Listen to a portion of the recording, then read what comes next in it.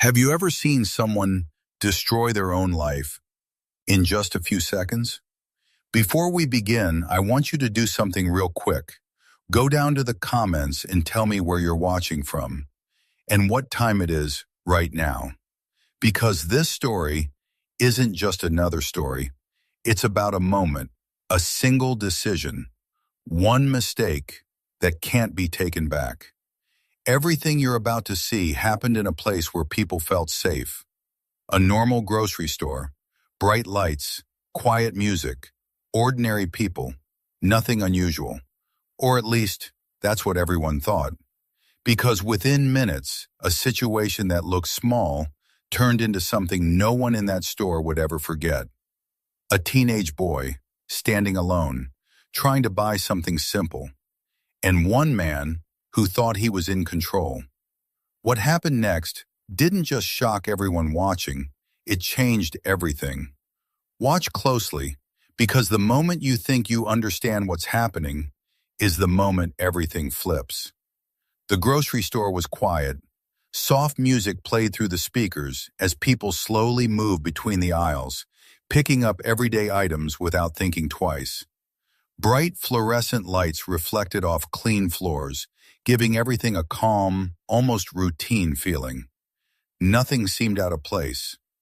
Near the bread section stood a teenage boy, no older than 15.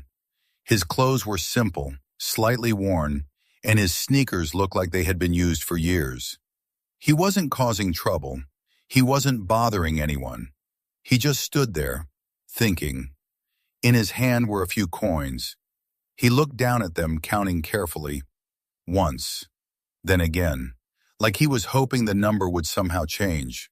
He reached for a loaf of bread, held it for a moment, then slowly placed it back on the shelf. He hesitated, looked around, then picked it up again. His movements were quiet, almost invisible. Most people wouldn't notice him at all, just another kid in a store. But there was something about the way he stood there, alone, thinking, counting every coin, that told a different story. This wasn't just shopping. This was a choice, and he didn't have many options. His stomach tightened as he stared at the price tag again, like it might magically drop if he looked long enough. He shifted his weight from one foot to the other, trying to act normal, trying not to draw attention.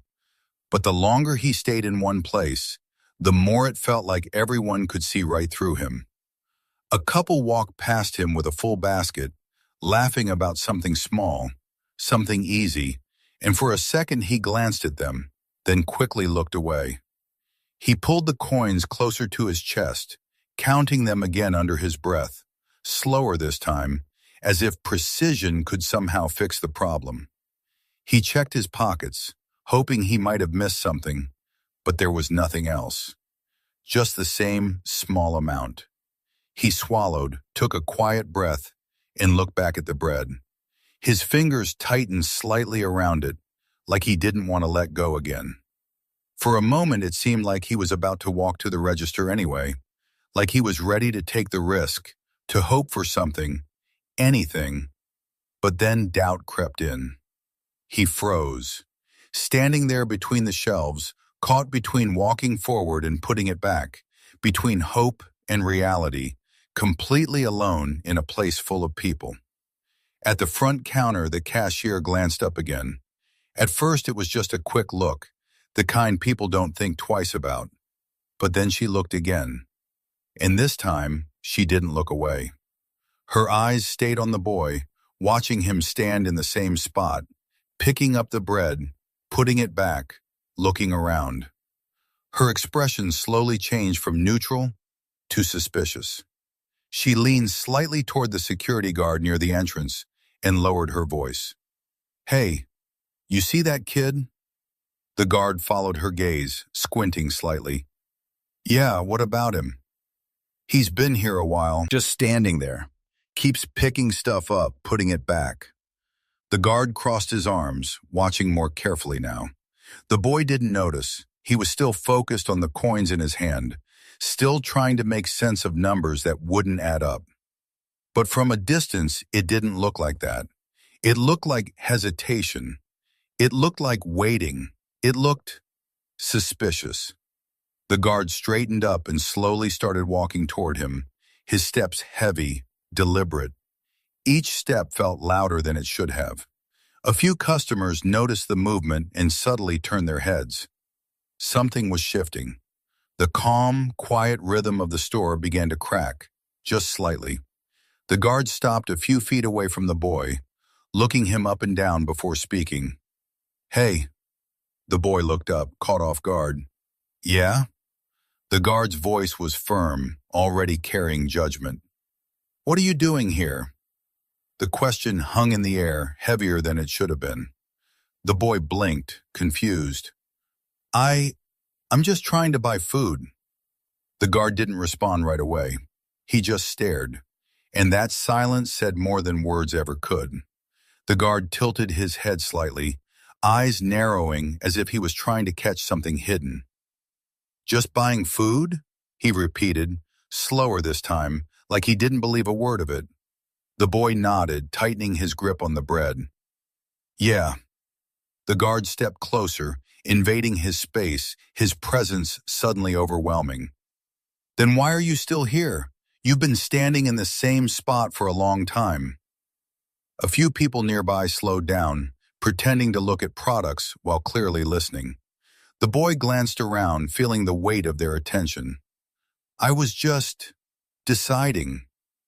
The guard let out a short, dry laugh. "Deciding? Or waiting for the right moment?"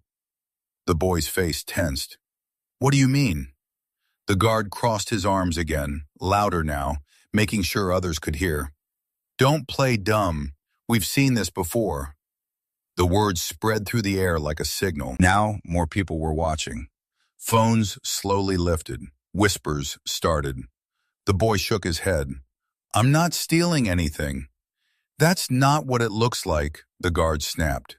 He reached toward the boy's hand, glancing at the coins. "That all you've got?" The boy pulled his hand back instinctively. "Yeah." The guard smirked slightly, like that confirmed everything. "Then you can't afford it, can you?" The boy didn't answer. His silence said enough. The guard took a step even closer, lowering his voice just enough to sound threatening. "Listen, I don't want problems, but if you're planning something, you better leave now." The boy's chest rose and fell slowly as he tried to stay calm. "I'm not planning anything." The guard stared at him for another second, then turned his head toward the cashier and gave a small nod. It was enough. The situation had already moved past suspicion. Now it was something else, something heavier. And once it reached that point, it rarely went back. The sound of the door opening cut through the tension. It wasn't loud, but in that moment, everyone heard it. The soft chime echoed across the store as a police officer stepped inside. Conversations faded. Movements slowed. Even the music seemed quieter. The guard straightened slightly, shifting his posture as the officer walked in with calm, controlled steps. He didn't rush. He didn't look around much. His eyes locked onto the situation almost instantly, like he already knew where to go. The cashier gave a small nod toward the boy, and that was enough. The officer adjusted his belt and started walking forward, his presence pulling attention from every corner of the store. People turned their heads. Some stepped aside. Others reached for their phones again. The boy noticed him now. His body stiffened just a little, his fingers tightening around the bread and the coins in his hand. He swallowed, trying to stay composed, but the pressure in the room had shifted completely. This wasn't just suspicion anymore. This was authority. The officer stopped a few feet away, looking the boy up and down without saying anything at first. That silence felt heavier than any words. Then finally he spoke. "Do you have ID?" His voice was firm, controlled, already assuming something was wrong. The boy hesitated. "No, I just came to..." "Just came to what?" The officer cut him off, stepping closer. The question wasn't really a question anymore. It was an accusation. The boy glanced around, seeing people watching, phones pointed, whispers growing louder. "I'm just trying to buy food," he said again, but this time his voice was quieter, less certain. The officer's expression didn't change. If anything, it hardened. He looked at the bread, then at the coins, then back at the boy, and in that moment, he had already made his decision. The officer shifted his stance slightly, placing one hand near his belt, the other gesturing toward the boy. "Step aside," he said, his tone leaving no room for discussion. The boy hesitated for a second, then slowly moved, unsure of what was about to happen. The guard stood nearby, watching closely, almost satisfied now that the situation had escalated beyond him. The officer's eyes stayed fixed on the boy, studying every movement, every breath, as if he was waiting for a mistake. "Empty your pockets," he said. The boy blinked. "What?" "You heard me." The voice was sharper now. Around them, the store had gone nearly silent. People weren't even pretending to shop anymore. They were watching, recording, waiting. The boy slowly reached into his pocket and pulled out nothing but a few more coins. That was it. No stolen items, no hidden anything, just the same small amount he had been counting. He held them out, his hand slightly shaking. The officer looked at the coins, unimpressed, then back at the boy. "So you expect me to believe you've been standing here all this time for nothing?" The boy shook his head. "I told you, I just wanted to buy food." The officer exhaled through his nose, clearly unconvinced. He stepped closer again, closing the distance completely. "People don't stand around like that unless they're up to something." The boy didn't respond this time. What could he say? The officer glanced toward the guard, then back at the boy, and made a small, almost invisible decision. And once that decision was made, everything changed. Without another word, the officer reached out and grabbed the boy's arm. The movement was sudden, firm, leaving no space for reaction. The boy flinched, caught completely off guard. "Let's go," the officer said, already pulling him forward. "Wait, what are you doing? I didn't do anything," the boy said quickly, trying to keep his balance as he was forced to move. His voice wasn't loud, but it carried enough for everyone nearby to hear. Heads turned, phones lifted higher. The officer didn't slow down. "You're causing a disturbance," he replied coldly. "No, I'm not. I said move." His voice cut through everything. The entire store froze. The boy stumbled as he was dragged across the floor, the bread slipping slightly in his hand. A few people stepped back to clear the path, watching with wide eyes but saying nothing. The guard followed a step behind, arms crossed, as if everything happening was justified. The boy tried to pull his arm free, just slightly, not resisting, just trying to understand. "Please, I didn't steal anything," he said, his voice tightening. The officer didn't respond. He tightened his grip instead. They reached the front of the store. The glass doors stood just ahead. Bright light from outside poured in, making the moment feel even more exposed.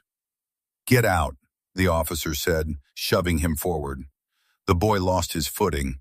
His worn sneakers slipped on the smooth floor, and he fell hard near the entrance, one hand hitting the ground, the other still holding on to the bread. A quiet gasp spread through the crowd.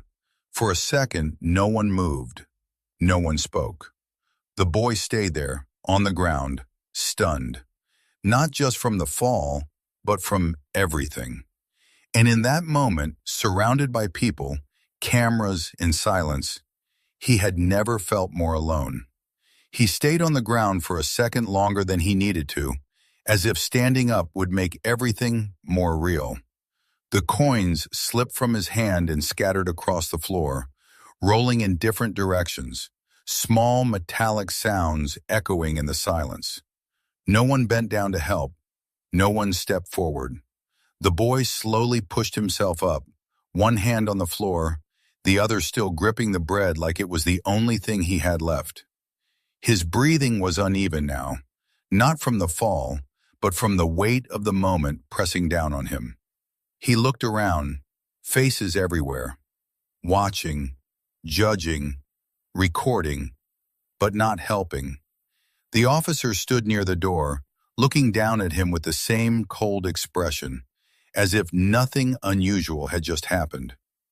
"I told you to leave," he said, his voice lower now, but no less firm.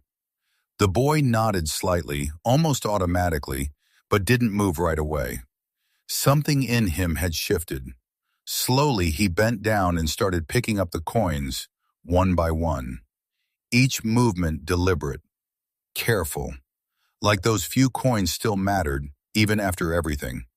His fingers trembled slightly as he reached for the last one. When he stood up again, he didn't look at the ground this time. He looked straight at the officer. The noise of the store had disappeared completely. Even the smallest sound felt too loud. And in that silence, with everyone watching, something was about to happen that no one expected. The boy tightened his grip on the coins, his knuckles pale, his breathing steadying as something inside him settled. He took a small step forward, not aggressive, not afraid, just certain. The officer frowned slightly, not expecting that shift. "I said leave," he repeated, sharper this time, but the words didn't land the same way. The boy didn't move toward the door. He stayed where he was, eyes locked on the officer's face, studying him in a way that felt too familiar. A few people in the crowd exchanged looks, sensing the tension changing, like something unseen was about to surface. The boy tilted his head just a little, as if confirming something in his mind. Then he spoke, quiet but clear. "You really don't recognize me, do you?" The question hung in the air, cutting through the silence. The officer blinked, caught off guard. For the first time since he walked in, there was hesitation. "What are you talking about?" he said, but his voice had lost some of its certainty. The boy took another step forward, close enough now that the distance between them felt personal. "You didn't even look," he said. No anger, no shouting, just truth. The officer's jaw tightened, his eyes scanning the boy's face again, slower this time, as if trying to find something he had missed. Around them, the crowd leaned in without moving, every phone still raised, every eye fixed on the moment. The energy in the room had shifted completely. This wasn't about control anymore. This was something else, something deeper, and everyone could feel it. The air in the store felt heavy, like everything had slowed down at once. No one spoke. No one moved. Every eye was fixed on the boy and the officer, standing just a few feet apart. The distance between them suddenly felt smaller, but more intense than ever. The boy stood still, holding the bread in one hand, the coins in the other. His chest rose and fell slowly as he tried to keep control, but his eyes didn't move. They stayed locked on the officer's face, searching for something that wasn't there. Not recognition, not understanding, just distance. The officer shifted slightly, uncomfortable now, though he tried not to show it. His posture remained firm, but something in his expression had changed. A small crack, barely noticeable, but real. "I said leave," he repeated again, but this time his voice didn't carry the same authority. It sounded forced, like he was trying to hold on to control that was already slipping. The boy didn't move. Instead, he took a slow step forward, not aggressive, not challenging, just closer. Close enough for the officer to really see him, close enough for details to matter. "You really don't recognize me, do you?" he said quietly. The words were simple, but they hit harder than anything before. The officer froze for a fraction of a second. His eyes narrowed slightly, studying the boy's face again, this time with more attention. As if he was trying to match something, a memory, a feeling, something just out of reach. Around them, the crowd leaned in without realizing it. Phones stayed up. No one wanted to miss what was happening. The silence stretched longer than it should have. The boy swallowed, his voice softer now, but more personal. "Look at me." That was it. No anger, no shouting, just a request. The officer hesitated. Then slowly, he actually looked. Not the quick glance from before, not the surface-level inspection. He looked deeper. His eyes moved across the boy's face, the shape of his jaw, the way he stood, the expression in his eyes. And something shifted, just slightly, not full recognition yet, but enough to make him pause, enough to make him unsure. The boy saw it, that tiny change. And for the first time, his voice carried something heavier. Not anger, not fear, something closer to disappointment. "You didn't even try," he said. The officer blinked. His jaw tightened again, but this time not from authority, from confusion, from something breaking under the surface. He opened his mouth like he was about to say something, but nothing came out. The moment stretched, thicker, heavier, and in that space, right before everything would finally snap into place, everyone in that store felt it. Something was about to be revealed. Something that would change the entire situation in an instant, and there was no going back. The boy took one more step forward, now close enough that there was no distance left to hide behind. The officer instinctively straightened, but he didn't move back. He couldn't, not anymore. The boy slowly lifted his hand and pulled the hood completely off his head, letting it fall behind his shoulders. The bright store lights hid his face fully now. No shadows, no distractions. Just him, clear, visible, real. The officer's eyes followed the movement, focusing more carefully this time. His gaze lingered, searching, comparing, trying to connect something buried deep in his memory. A detail, a resemblance, anything. The boy didn't speak right away. He just stood there, giving the officer time, giving him a chance. The silence stretched again, but now it felt different.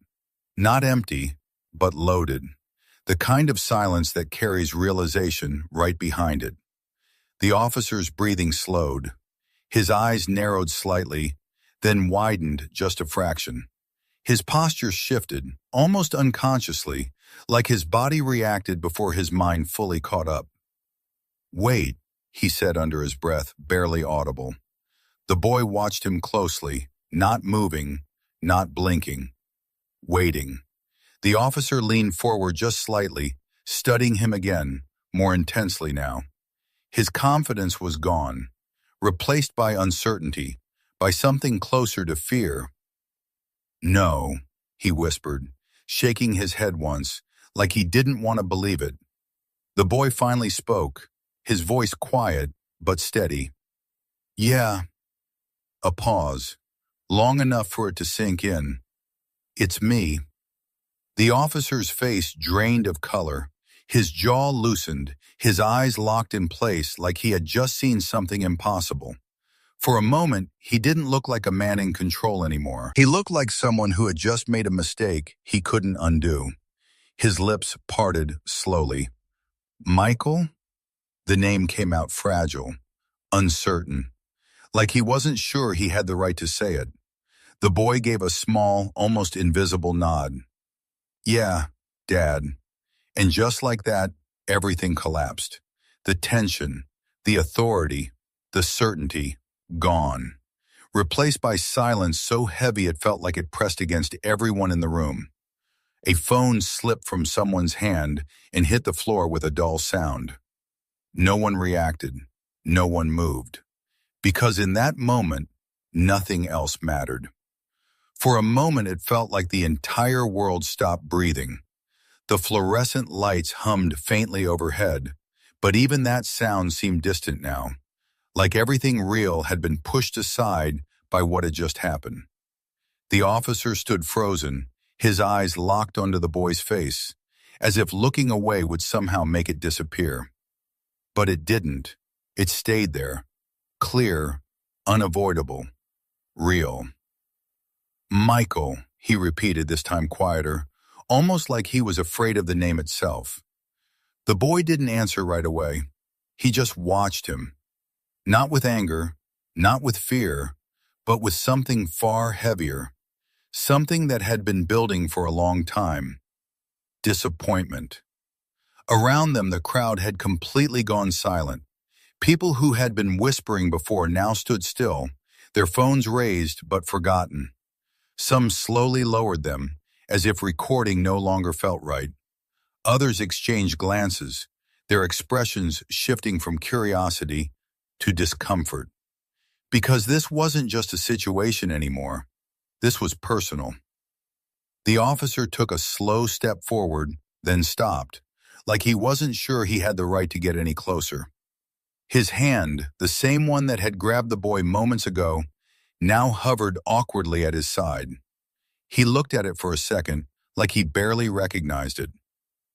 I didn't know, he said, his voice unsteady, lacking the authority it once carried. You didn't look, the boy interrupted softly.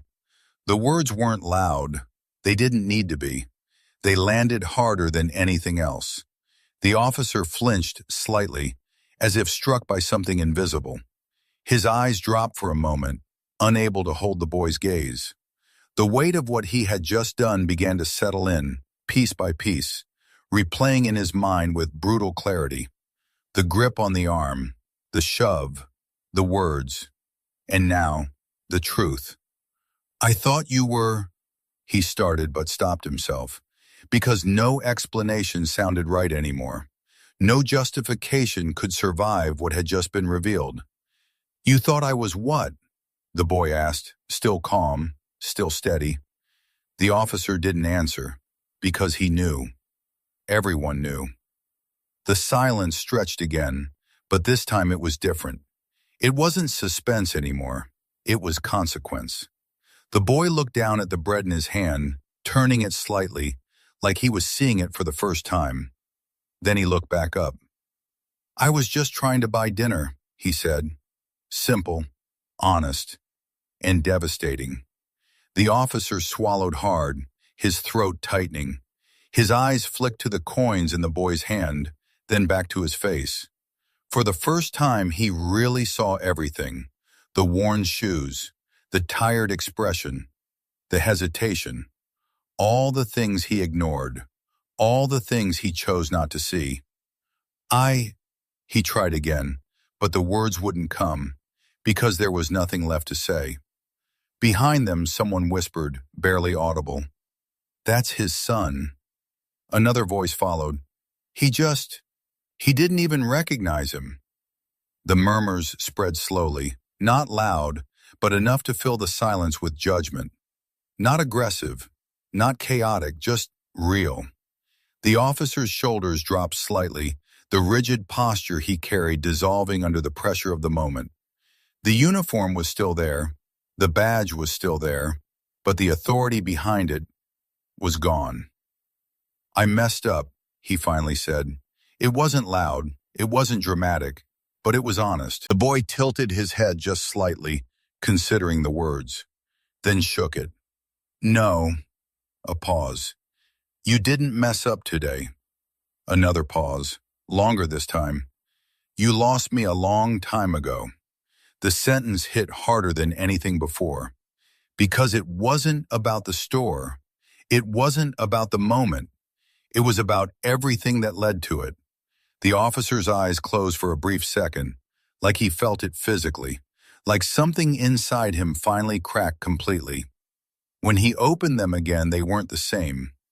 No control, no certainty, just regret, heavy, unavoidable.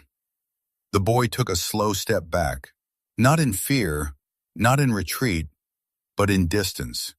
A distance that had already existed long before this moment, now finally visible to everyone. He looked around the store one last time, at the people, at the place where everything happened, then back at the man in front of him, not as an officer, as his father. And in that look, there was no anger left, just understanding and closure. Without another word, he turned around and walked away.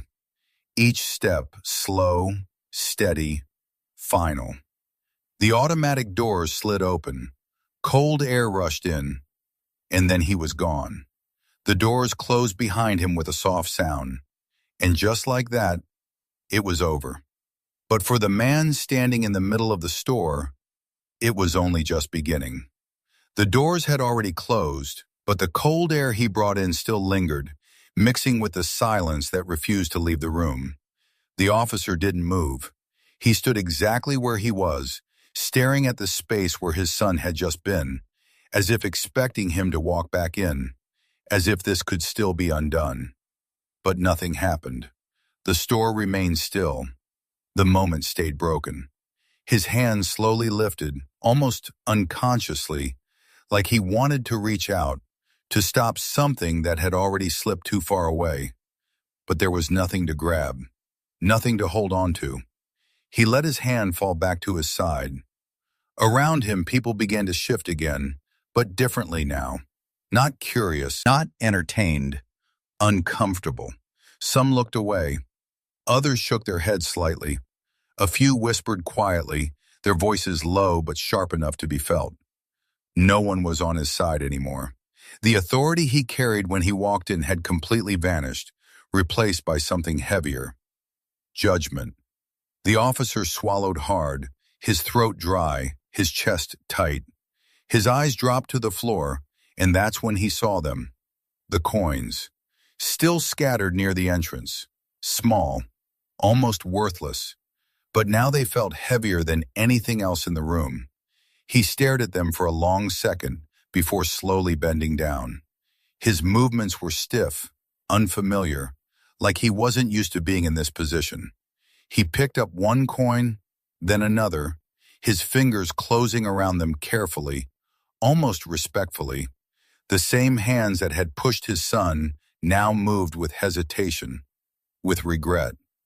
Each coin felt like a reminder of what he missed, of what he ignored, of what he chose not to see.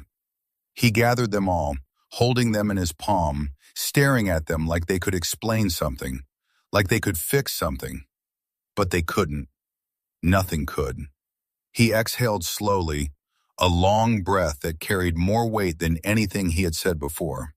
Then he looked up, but not at the crowd, not at the guard, not at the cashier. He looked at the door, the same door his son walked through. And for the first time, he understood that this wasn't just a moment.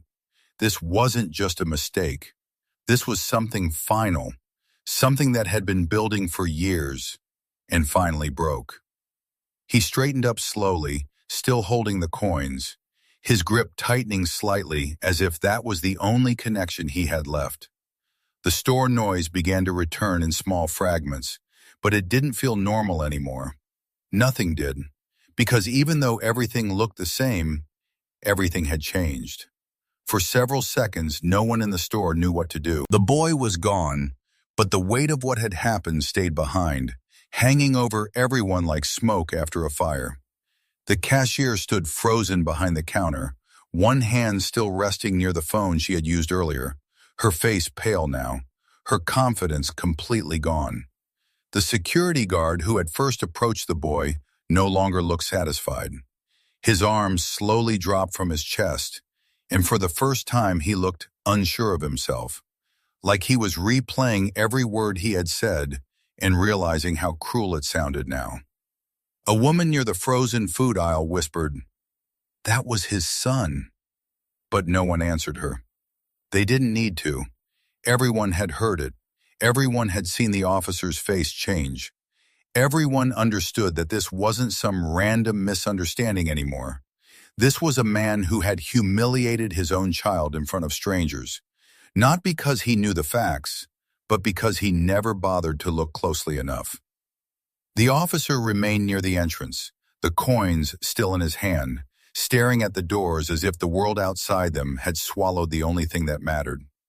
His breathing was slow, uneven, almost painful. The badge on his chest still reflected the store lights, but now it looked different. Before, it had made him seem powerful. Now it only made the silence around him feel heavier. Someone near the back lowered their phone, shaking their head. Another customer muttered, "Unbelievable." The word was quiet, but it cut through the room. The officer heard it.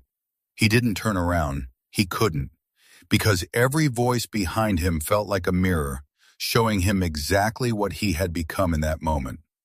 The cashier finally stepped from behind the counter, but she stopped halfway, unsure whether to speak. Her lips parted, then closed again. What could she say? Sorry? That word suddenly felt too small. The guard glanced at her, then at the officer, hoping someone else would break the tension, but no one did. The crowd wasn't angry in a loud way. That would have been easier. Instead, they were quiet, disappointed, disturbed, and that silence was worse than shouting. It forced everyone to sit with the truth. The officer slowly looked down at the coins in his palm again, then closed his fist around them. His knuckles tightened. His face twisted slightly, not from anger, but from the kind of regret that arrives too late. He took one step toward the door, then stopped. His body wanted to run after the boy, to explain, to apologize, to beg for one more chance. But something held him back. Maybe shame, maybe fear, maybe the knowledge that some doors don't open just because you finally decide to knock. Behind him, the cashier whispered, "Officer." He turned just slightly, not enough to face her fully. Her voice trembled. "We didn't know." The officer's jaw tightened. For a moment, he said nothing. Then he answered, low and broken, "Neither did I." And that was the worst part, because he should have. He should have known his own son's face. He should have known the way he stood when he was scared. He should have known the silence in his eyes. But he had missed all of it. The guard rubbed the back of his neck, looking down at the floor. "Maybe we should call him back," he said weakly. The officer finally turned then, slowly, and looked at him. Not with rage, not with authority, just exhaustion. "You think he wants to come back in here?" The guard had no answer. No one did. The automatic doors opened as another customer entered, unaware of what had just happened. Cold air swept through the store again, and for one brief second, everyone looked toward the entrance, hoping it might be the boy. But it wasn't. Just a stranger. The doors closed again, and the disappointment in the room deepened. The officer stared at the glass, seeing his own reflection now. Uniform, badge, duty belt, the image of a man who was supposed to protect people. But behind that reflection, he could still see his son falling to the floor. He could still hear his own voice shouting. He could still feel the grip of his hand around the boy's arm, his son's arm. A customer near the front finally spoke louder, her voice shaking with emotion. "He was just hungry." The officer closed his eyes. Those words broke something in him. Not because they were dramatic, because they were simple, because they were true. He opened his hand and looked at the coins one last time. A few small coins, not enough for bread, not enough for dinner, not enough to fix years of absence. The officer stepped toward the counter and placed the coins down carefully, one by one, as if they were fragile. Then he looked at the cashier and said, "Give me the bread." His voice was quiet, but everyone heard it. The cashier moved quickly, grabbing the loaf the boy had held, her hands trembling as she scanned it. The officer reached for his wallet but stopped. For a second, he stared at the money inside, realizing how easily he could pay for something his son couldn't afford. Something so small, something that should never have become humiliation. He paid, took the bread, and held it against his chest like it was more than food, like it was the last piece of a bridge that had already burned. Then, without another word, he turned toward the door. This time, no one stopped him. No one spoke. The crowd simply watched as the officer walked out of the store, slower than before, smaller than before, no longer looking like the man who had entered with control and certainty. He stepped outside into the cold evening air, clutching the bread in one hand and the coins in the other, searching the sidewalk for the boy he had failed to see until it was too late. Outside, the evening air felt colder than it should have. The officer stepped out of the grocery store with a loaf of bread in one hand and the coins in the other. But for a second, he didn't know which way to go. The sidewalk stretched in both directions, dim street lights flickering above, cars passing slowly on the road, strangers moving past without understanding that a man had just walked out of that store carrying the weight of his worst mistake. He looked left. Nothing. He looked right. Then he saw him. Michael was walking away at the far end of the sidewalk, shoulders slightly hunched, hood still down, moving slowly but with purpose, like every step was a decision not to turn back. The officer's chest tightened. "Michael!" he called out, but his voice cracked before the name fully left his mouth. The boy didn't stop. He didn't even turn his head. The officer took a step, then another, then started moving faster. The bread pressed against his chest. The coins clenched so tightly in his fist they dug into his palm. "Michael, wait!" he called again, louder this time. A few people on the sidewalk glanced over, but the boy kept walking. That hurt more than anger would have.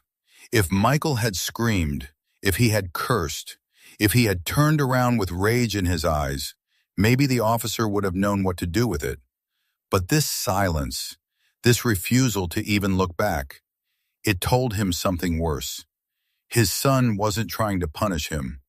His son had simply stopped expecting anything from him. The officer caught up only a few steps behind him, breathing heavier now, not from running, but from panic. "Please," he said, and that word sounded strange coming from him, weak and unfamiliar. "Please just stop for 1 second." Michael finally slowed, but he didn't turn around right away. He stood there with his back to his father, under the pale glow of a streetlight, looking smaller than he should have, younger than he had seemed inside the store. The officer stopped behind him, afraid to come too close, afraid that one wrong move would push him away forever. "I bought the bread," he said quickly, lifting it slightly like proof, like an offering, like something that could still matter. Michael slowly turned his head, just enough to glance at it. His face didn't change. "You think that fixes it?" he asked. The officer froze. "No," he said immediately. "No, I don't." Michael turned fully now, his eyes red but dry, his face calm in a way that felt worse than crying. "Then why did you bring it?" The officer looked down at the loaf in his hand, suddenly ashamed of how small it looked. "Because I should have bought it before," he whispered. "Because I should have been there before you ever had to count coins in a store alone." Michael stared at him for a long moment. Cars passed behind them. Somewhere in the distance, a siren wailed, fading into the city. The officer took a shaky breath. "I didn't know things were this bad." Michael gave a quiet laugh, but there was no humor in it. "You never asked." The words hit him hard. The officer opened his mouth, then closed it again. Michael continued, his voice steady, but every sentence carried years inside it. "You didn't ask when Mom started working double shifts. You didn't ask when the fridge got empty. You didn't ask when I stopped texting because I got tired of waiting for you to answer. You didn't ask when my shoes started falling apart. You didn't ask when I needed help with school. You didn't ask anything." The officer's eyes dropped. Each sentence felt like a door closing. "I thought," he began, but the words sounded useless before he finished them. "I thought your mother had it handled." Michael shook his head slowly. "That's what you always do. You think someone else has it handled. Mom handles it, teachers handle it, the world handles it. And you just show up when something looks like a problem." The officer swallowed, gripping the bread tighter. "I was trying to do my job." Michael's face changed then, not with rage, but with deep exhaustion. "Your job?" he repeated. "You looked at me like I was a criminal before I said anything. You grabbed me before you knew anything. You pushed me in front of everyone. And you didn't even recognize me until I told you to look." The officer flinched because there was no defense. None. Michael stepped closer, not to intimidate him, but because the truth needed no distance. "Do you know what that felt like?" he asked. The officer couldn't answer. Michael pointed back toward the store. "Everyone in there saw me fall. Everyone saw you treat me like I didn't matter. But the worst part wasn't them watching." His voice lowered. "The worst part was realizing that even if they weren't there, you still would have done it." The officer's eyes filled, but he blinked hard, fighting it. Michael noticed, but he didn't soften. Not yet. "I used to wait for you," he said. "When I was little, I used to sit by the window when Mom said you might come over. I used to think maybe your car would pull up. Maybe you'd take me somewhere. Maybe you'd ask about my day." The officer's face tightened, pain moving across it in waves. "Michael." "No," Michael said, lifting a hand. "Let me finish." The officer went silent. Michael looked down at the sidewalk, then back up. "At first, I made excuses for you. You were busy. You were tired. Your work was important. Then I got older, and I realized something." He paused, and that pause hurt more than the words. "People make time for what matters." The officer closed his eyes for a second, but Michael kept going. "So tonight, when you walked in that store and looked at me like I was nobody, I shouldn't have been surprised, because that's how you've made me feel for years." The officer's breathing grew uneven. The bread in his hand lowered slowly to his side. "I'm sorry," he said, barely above a whisper. Michael looked at him, searching his face, maybe looking for the father he used to hope for. "I know you are," he said, "right now." That last part cut deep. The officer looked up. "What does that mean?" Michael's voice remained quiet. "It means you're sorry because people saw it, because it hurt you to be embarrassed, because you finally had to look at what you did." The officer shook his head. "No, that's not." "Then where were you yesterday?" Michael asked. "Where were you last week? Last month? When Mom called and you said you were busy? When I had a fever and you didn't come? When I got an award at school and saved you a seat you never filled?" The officer went still. Michael's eyes finally glistened. "I stopped saving seats after that." The officer covered his mouth with his hand for a moment, the coins still pressed in his palm. His body seemed to fold under the weight of that one sentence. Around them, the sidewalk continued moving, but their small circle felt frozen in time. The officer slowly lowered his hand. "Tell me what to do," he said. "Please, tell me how to fix this." Michael looked at the bread, then at the coins, then back at his father. "You can't fix it with one night." The officer nodded quickly. "I know." "You can't fix it with bread." "I know." "You can't fix it by saying sorry once." "I know," the officer said again, his voice breaking.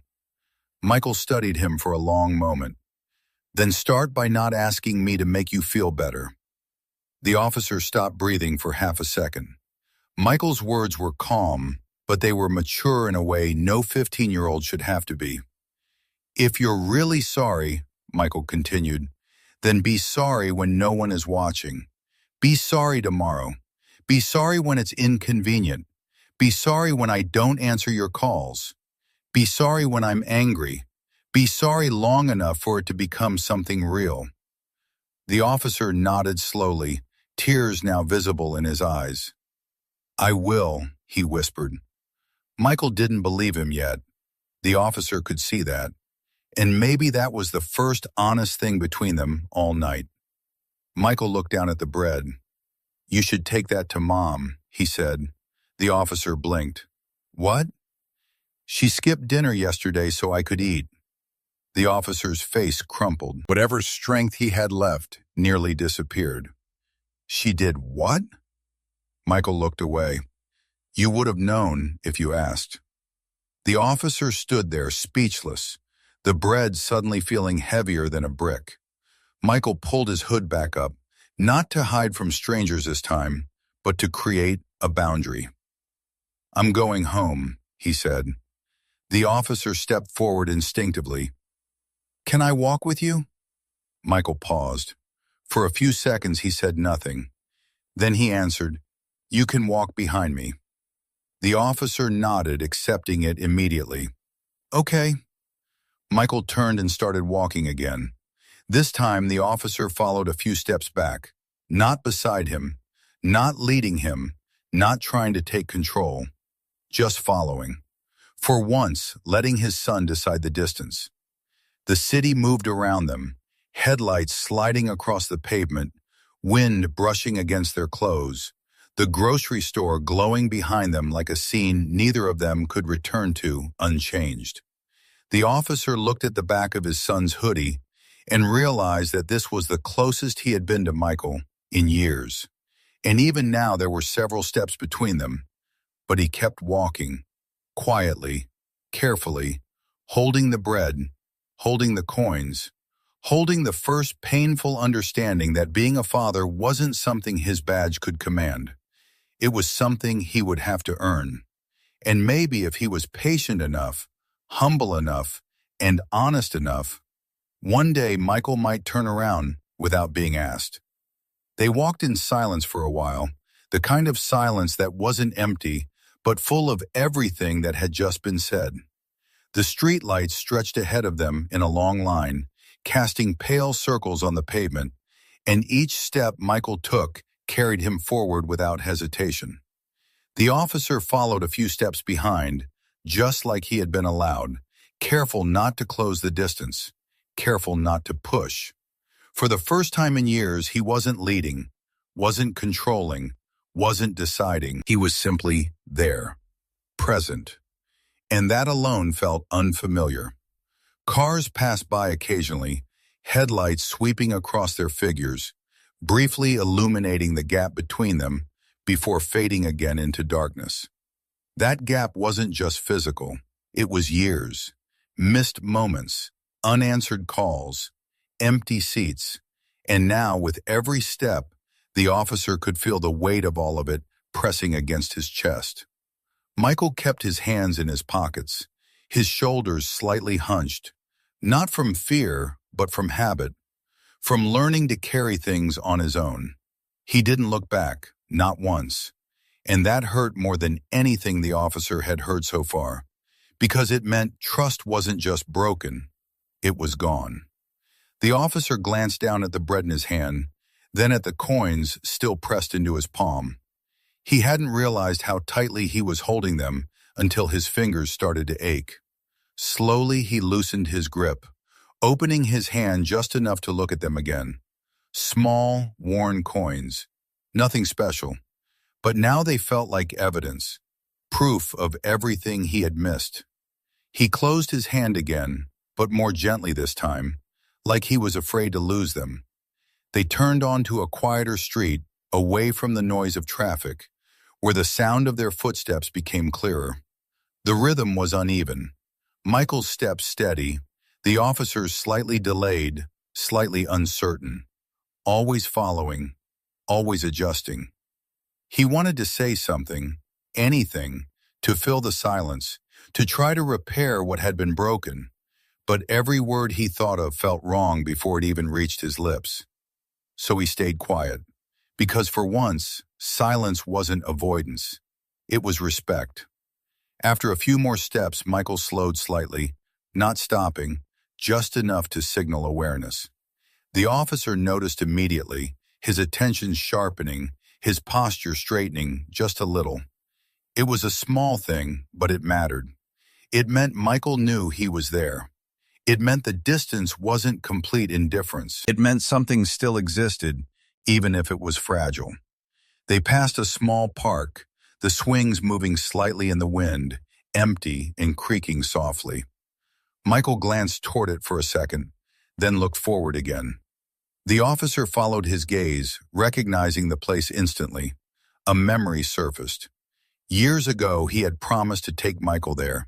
He had said it clearly, "This weekend, I promise." But that weekend never came. And neither did the next one. The officer's chest tightened as the realization hit again, sharper this time.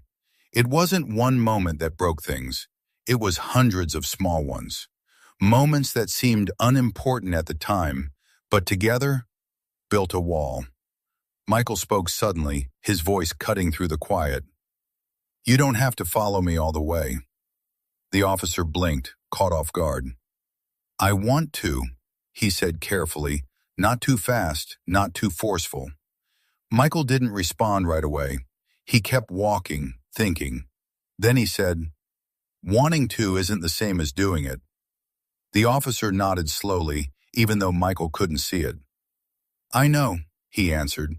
And this time, there was no defense in his voice, just acknowledgement. They kept moving. The houses around them grew more familiar, smaller, older, with dim porch lights and quiet windows. Michael finally slowed to a stop in front of a modest house. The paint was slightly worn, the porch light flickering faintly, the kind of place that held more effort than comfort. He stood there for a second, looking at the door, then turned halfway toward the officer, not fully facing him. Not yet. "This is it," he said. The officer stopped a few steps behind him, respecting the distance that had been set. He looked at the house, taking it in slowly, realizing just how little he had seen of his son's life. "It's nice," he said, but even as the words left his mouth, he knew they weren't enough. Michael didn't respond to that. He just stood there, one hand still in his pocket, the other hanging loosely at his side. The officer took a breath, then slowly stepped forward, closing the distance just a little, but not completely. He extended the bread toward him, his hand steady, but his expression uncertain. "Take it," he said softly. "For you and your mom." Michael looked at the bread, then at his father's hand, then back at his face. For a moment it seemed like he might refuse, like he might turn away and leave the gesture hanging in the air. But then slowly he reached out and took it. Their hands brushed for just a second. It wasn't much, but it was the first physical contact that wasn't force. The officer felt it immediately. That small, brief connection carried more meaning than anything else that night. Michael pulled the bread back toward himself, holding it against his chest. He looked down at it, then back up. "Thank you," he said. The words were quiet, almost careful, but they were real. The officer nodded, his throat tightening again. "You're welcome." They stood there for another second, the space between them no longer as wide as before, but still not closed, still not healed. Michael turned toward the door, then paused. His hand hovered near the handle, but he didn't open it yet. He spoke without turning around. "If you come tomorrow, don't knock like a stranger." The officer froze, the words hitting him with quiet force. Not forgiveness, not yet, but not rejection either. Something in between, something that could grow, if he didn't ruin it again. "I won't," he said. Michael nodded slightly, then opened the door and stepped inside. Warm light spilled out for a second, then the door closed softly behind him. The officer stood there on the porch, alone now, the night air settling around him. He looked at the door for a long moment, then slowly opened his hand and looked at the coins again. He didn't put them away this time. He kept them in his palm, a reminder he didn't want to lose. Then he turned and walked away from the house, not with the same confidence he had earlier that night, but with something else, something quieter, something heavier, and maybe, for the first time, something honest. The night had settled into a deep, quiet stillness. the kind that made every small sound feel louder than it should. The officer walked slowly down the street, away from the house, but not far. Not yet. His steps had lost all urgency, all authority.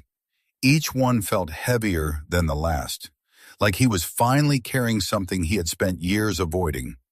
He stopped under a dim streetlight and looked down at his hand again, the coins still resting in his palm. He turned them slightly with his fingers, listening to the faint metallic sound they made as they touched each other. Hours ago, they would have meant nothing to him, just loose change. Now, they felt like weight, like truth, like everything he had failed to notice. He closed his hand around them slowly, pressing them into his skin, as if he needed to feel something real to stay grounded. His eyes lifted toward the house behind him. The porch light flickered softly, casting a weak glow over the front steps. Somewhere inside, his son was there, breathing, eating, existing, and for the first time the officer realized how little he actually knew about that life. Not the big things, not the small things, not the daily struggles, not the quiet moments. Nothing. He had spent years believing that providing from a distance, checking in occasionally, being busy was enough.